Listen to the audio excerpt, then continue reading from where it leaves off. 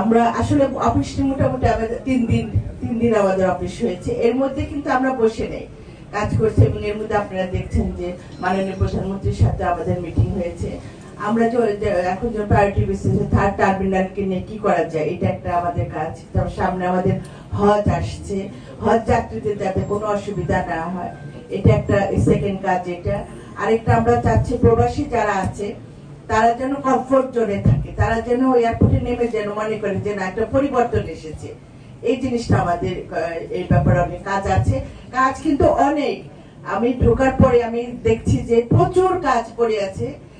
সেই কাজগুলো আমাকে আস্তে আস্তে বুঝতে হবে, বুঝে তারপর আমরা আস্তে আস্তে করবো। যেটাই আমি করব মাননীয় প্রধানমন্ত্রীর ইনস্ট্রাকশনে আমরা সেই কাজগুলি করব।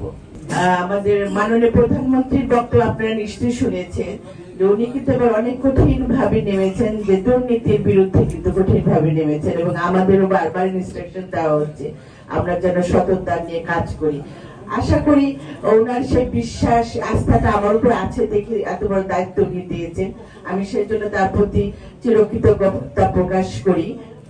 আমি চেষ্টা করব আমার সততা আদর্শ নিয়ে এটাকে যেন একটা পরিবর্তন আনা যায়, আগের যে দুর্নামগুলো আছে সেখান থেকে যেন আমরা বের হয়ে আসতে পারি। এবং এটাই আমাদের বর্তমান সরকারের কিন্তু এই ধ্যান ধারণা নিয়ে কিন্তু কাজ করছে। এই সিন্ডিকেট নিয়েও কিন্তু এখন কাজ করতে হবে, সবই হবে। বললাম না যে একটা কাজের পর্যায়ে একটা একটা করে সব কোনটা আমার কাছে অগ্রাধিকার সেই ভিত্তিতে আমরা কাজ করব। আর টিকিটিং সিন্ডিকেট তো একটা বিরাট সিন্ডিকেট, এটাকে নিয়েও আমরা কাজ করছি। ধন্যবাদ।